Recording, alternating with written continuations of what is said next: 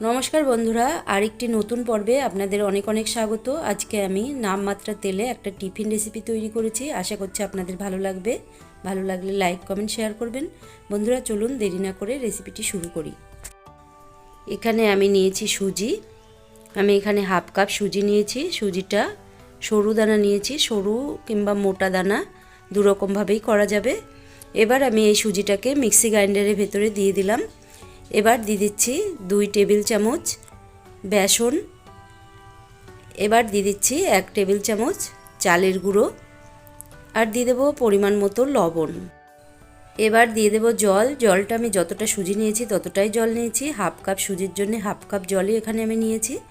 এবার ঢাকনা চাপা দিয়ে আমি এটা পেস্ট করে নিচ্ছি। দেখুন পেস্ট করে নিয়ে চলে এসেছি। ঘন একটা ব্যাটার আমি তৈরি করে নিয়েছি। এবার একটা বাটিতে আমি ঢেলে নিচ্ছি। দেখতেই পাচ্ছেন বন্ধুরা কতটা ঘন ব্যাটার তৈরি হয়েছে। এই রেসিপিতে একটু ঘন ব্যাটারই লাগবে, তাই এখানে আমি ঘন ব্যাটারই তৈরি করে নিয়েছি। এবার ঢাকনা চাপা দিয়ে এটা কিছু সময় রেস্টে রেখে দিলাম। এবার এদিকে গ্যাসে বসিয়ে দিয়েছিলাম প্যানটা গরম হয়ে গেছে। দিয়ে দিলাম 1 চামচ তেল, দিয়ে দিচ্ছি হাফ চামচ জিরে ফোড়ন। ফোড়নটা একটু ভেজে নেব। ফোড়নটা একটু ভাজা হয়ে গেছে। এবার দিয়ে দিচ্ছি কাঁচা লঙ্কা। কাঁচা লঙ্কাও একটু নেড়ে চেড়ে নিলাম। এবার দিয়ে দিচ্ছি আলু। একটা আলু আমি গ্রেট করে রেখেছিলাম, সেই আলুটা এখানে দিয়ে দিলাম। বন্ধুরা আজকে কাঁচা আলু দিয়েই আমি রেসিপিটি তৈরি করছি, তাই এখানে কাঁচা আলু গ্রেট করে দিয়ে দিয়েছি।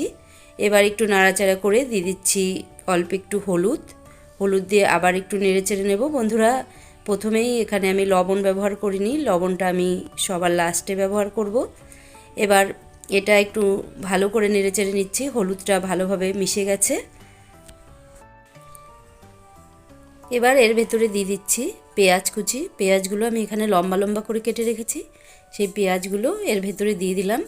দিয়ে দিচ্ছি একটা টমেটো কুচি, দিয়ে দিচ্ছি কিছুটা পেঁয়াজ পাতা, দিয়ে সব কিছু ভালো করে একবার মিশিয়ে নিচ্ছি।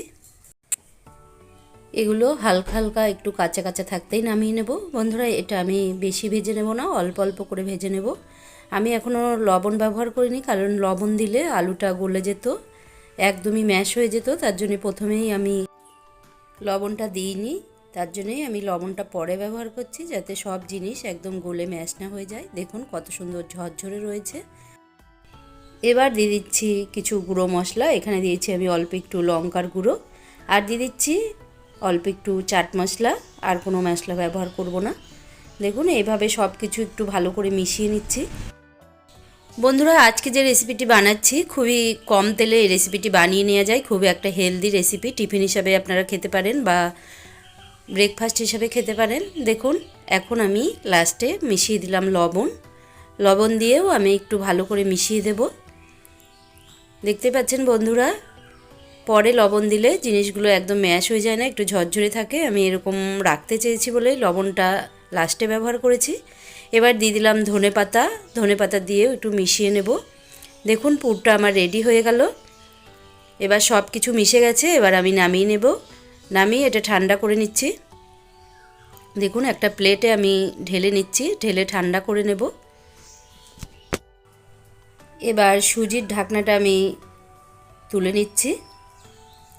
দেখুন বন্ধুরা সুজিটা অনেকক্ষণ রেস্ট হয়ে গেছে।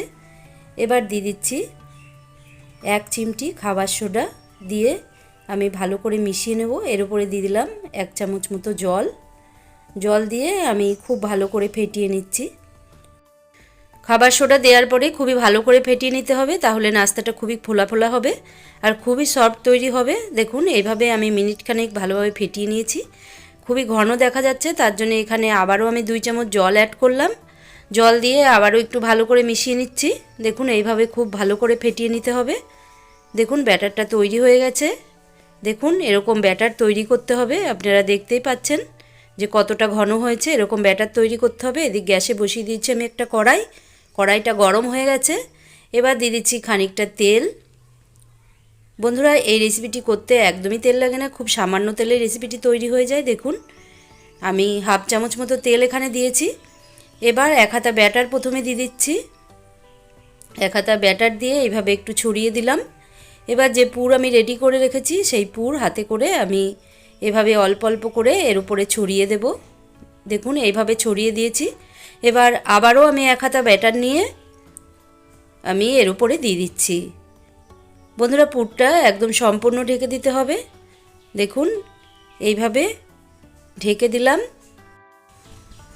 এবার ঢাকনা চাপা দিয়ে দেবো। ঢাকনা চাপা দিয়ে আমি লো ফ্লেমে এটা ধীরে ধীরে মিনিট খানিক রান্না করে নেব, তাহলেই এটা ওপরটা শুকিয়ে আসবে। বন্ধুরা দেখুন মিনিট খানিক হয়ে গেছে, ওপরটা শুকিয়ে এসছে। এবার আমি উল্টে দেব। বন্ধুরা এটা লো ফ্লেমে করতে হবে, তাহলে ভেতরটা কাঁচা থাকবে না। দেখুন উল্টে দিয়েছি, উল্টে দিয়ে আমি আবারও একটু ঢাকনা চাপা দিয়ে দেবো। বন্ধুরা এটা ধীরে ধীরে ভাজতে হবে, তাহলে ভেতরটা একদমই কাঁচা থাকবে না। দেখুন আবার ঢাকনা চাপা দিয়ে দিয়েছিলাম। এবার ঢাকনাটা তুলে নিয়েছি। দেখুন এটা রেডি হয়ে গেছে। দেখুন কত সুন্দরভাবে ফুলে উঠেছে। এবার এটা আমি নামিয়ে নিলাম। বন্ধুরা আজকের এই রেসিপিটি যদি আপনাদের ভালো লাগে তাহলে ভিডিওটিতে একটি লাইক দেবেন, আর চ্যানেলটি যদি এখনও সাবস্ক্রাইব করে না থাকেন তাহলে চ্যানেলটি সাবস্ক্রাইব করার অনুরোধ রইল। আর পাশে থাকা বেল নোটিফিকেশনটি অন করবেন, তাহলে আমি ভিডিও ছাড়ার সঙ্গে সঙ্গেই সর্বপ্রথম আপনাদের কাছে পৌঁছে যাবে। দেখুন বন্ধুরা আর একটাও আমার রেডি হয়ে গেল, এটাও আমি করে নিচ্ছি। বন্ধুরা এইভাবেই সবকটা আমি করে নিলাম। দেখুন বন্ধুরা এটা রেডি হয়ে গেছে, এটাও আমি নামিয়ে নিচ্ছি। বন্ধুরা দেখুন কত সুন্দর ফোলা ফোলা সফট তৈরি হয়েছে। এইভাবে চাটনি আচারের সঙ্গে পরিবেশন করুন, খেতে দুর্দান্ত লাগে। বন্ধুরা ভেতরটা দেখাচ্ছি যে কেমন হয়েছে।